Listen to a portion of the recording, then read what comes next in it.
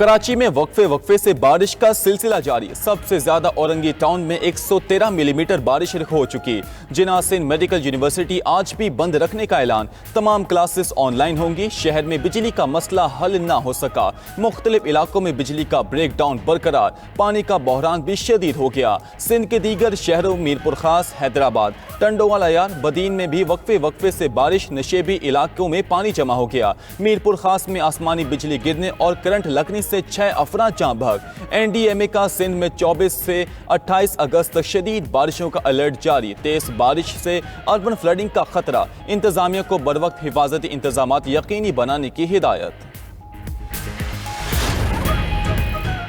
गिलगित बल्तिस्तान के इलाके ग़ज़र में सैलाब ने तबाही मचा डाली। तालीदास नाले में तोगयानी गांव का 80% हिस्सा तबाह। गांव में फंसे 100 से ज़ायद अफराद मकामी रज़ाकारों की मदद से महफूज मकाम पर मुंतकिल। दरियाए ग़ज़र झील की शिगर इख्तियार कर गया। पानी आबादियों में दाखिल। खैबर पख्तूनख्वा में भी सैलाब मुतासरा इलाकों में इमदादी सरगर्मियाँ जारी। वज़ीर आज़म शहबाज शरीफ को बरतानवी वज़ीर आज़म कियर स्टारमर का खत। बारिश और सैलाब से जानी नुकसान पर दिली ताज़ियत। मुतासरीन से इजहार यकजहती। कियर स्टारमर ने मुतासरीन की बहाली और तामीर नौ में मदद की पेशकश की। मुल्क भर में सैलाबी सूरत हाल पर वज़ीर आज़म शहबाज शरीफ के सियासी कायदीन से भी राबते। बारिशों में नुकसानात और जारी इमदादी सरगर्मियों पर तबादला ख्याल। कराची में पटाखों के कारखाने में धमाके से जाँ बहक अफराद की तादाद 5 हो गई। 30 जख्मी हो गए। धमाका कारखाने में आग लगने के बाद हुआ। कई गाड़ियों और इमारतों के शीशे टूट गए। इंचार्ज सीटीडी राजा उमर खताब ने वाक़े में दहशतगर्दी के उनसर की तरदीद कर दी। कहा गोदाम में गैर कानूनी तौर पर आतिशबाजी का सामान बनाया जाता था।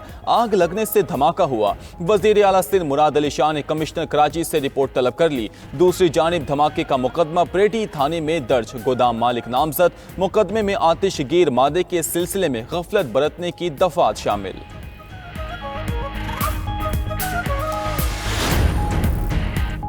बानी पीटीआई की 9 मई के 8 केसेस में जमानतें मंजूर। सुप्रीम कोर्ट ने लाहौर हाई कोर्ट का फैसला कलअदम करार दे दिया। बानी पीटीआई को रिहा करने का हुक्म। चीफ जस्टिस याहिया आफरीदी की सरबराही में 3 रुकनी बेंच का तहरीरी फैसला जारी। वाज़े किया कि जमानत का केस पर असर नहीं होगा। मुबैना साजिश से मुतल्लिक शवाहिद ट्रायल के दौरान ही जांचे जाएंगे। 9 मई केसेस में जमानत के बावजूद बानी पीटीआई की रिहाई मुश्किल। रावलपिंडी में दर्ज 43 मुकदमात में ताहाल जमानत हासिल नहीं की गई।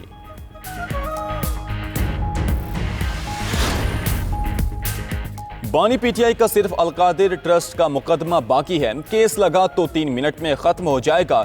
वकील सलमान सफदर का दावा। कहा बानी पीटीआई पर 300 से ज्यादा मुकदमात बनाए गए, सिर्फ एक केस रह गया है। चीफ जस्टिस से मुलाकात में दरखास्त की कि इस्लामाबाद हाई कोर्ट में दायर केसेस की सुनवाई करवाएं। सलमान अकरम राजा बोले बहुत अरसे बाद हमें अदालतों से रिलीफ मिला है। अलकादिर ट्रस्ट केस का फैसला भी हमारे ही हक में होगा। असद कैसर ने भी जमानत के फैसले को खुश आइन करार दे दिया। 9 मई मुकदमात में सजा पाने वाले अराकीन के केसेस हाई कोर्ट में बराह रास्त सुनने का मुतालबा।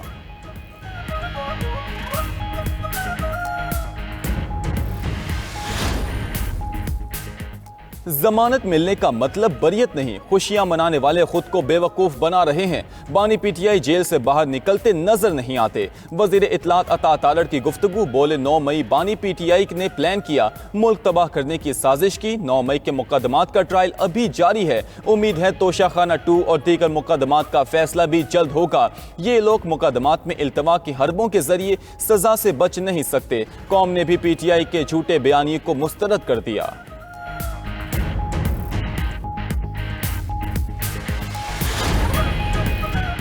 लाहौर पुलिस ने अलीमा खान के बेटे की गिरफ्तारी की तस्दीक कर दी। डीआईजी इन्वेस्टिगेशन ने कहा कि मुल्जिम शाहरेज अजीम 9 मई के मुकदमात में लाहौर पुलिस को मतलूब था। मुल्जिम शाहरेज अजीम को आज अदालत में पेश किया जाएगा।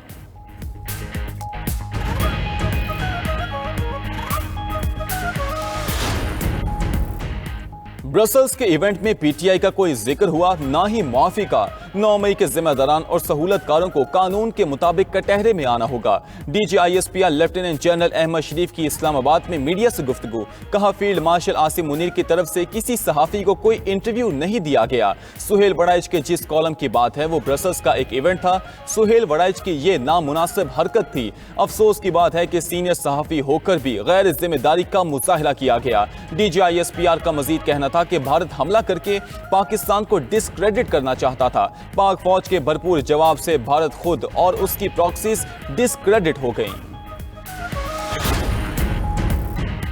पाक चीन दोस्ती नई बुलंदियों पर गामसन, वजीर आजम से चीनी वजीर खारजा की मुलाकात, फील्ड मार्शल आसिम मुनीर भी मौजूद थे।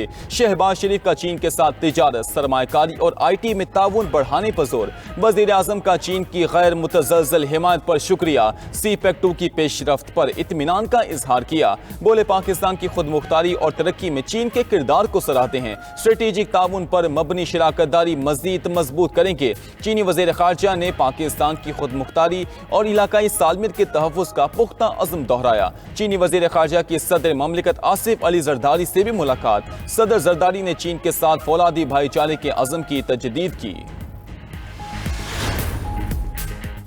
एशियाई तरक्याती बैंक ने पाकिस्तान के लिए 41 करोड़ डॉलर का पैकेज मंजूर कर लिया। ADB के मुताबिक रकम रेकोडिक मंसूबे के लिए मंजूर की गई।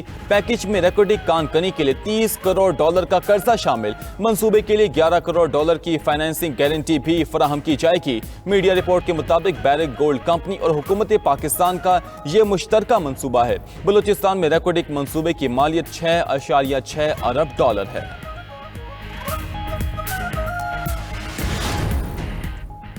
दहशतगर्द इजराइल की गजा सिटी पर कब्जे के लिए कार्रवाइयां तेज, 10 लाख आबादी वाले मज़ाफ़ाती इलाके पर कंट्रोल का दावा कर दिया। फौजी तर्जुमान के मुताबिक नेतन्याहू के मंसूबे के तहत गजा सिटी पर कंट्रोल का ऑपरेशन जारी है। जैतून और जबालिया पर कब्जे के लिए फौज पहले ही तैनात की जा चुकी। फलस्तीनियों की नकल मकानी शुरू, अक़वाम मुत्तहिदा समेत आलमी ममालिक की गजा पर कब्जे के मंसूबे की शदीद मजम्मत। उधर बरतानिया का मशरकी यरूशलेम में नई इजरायली आबादकारी की मंजूरी पर सख्त रद्द अमल, लंदन में इजरायली सफीर को तलब कर लिया। मंसूबे को बैनुल अक़वामी कवानीन की खुली खिलाफ वर्जी भी करार दे दिया।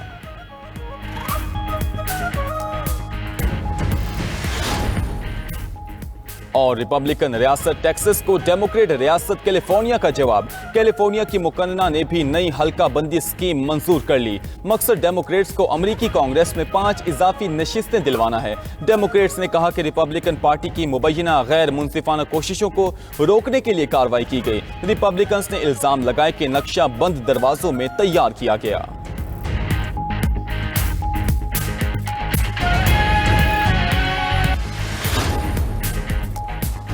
ईरान ने इजराइल के साथ जंग के खात्मे के बाद पहली बहरी फौजी मशक का आगाज कर दिया। मशक का नाम पायदार ताकत 1404 रखा गया है। ईरानी जहाजों ने क्रूज मिसाइल और ड्रोन से हदफ को निशाना बनाया। मशकों में 18,000 से ज्यादा एहलकार शरीक हैं।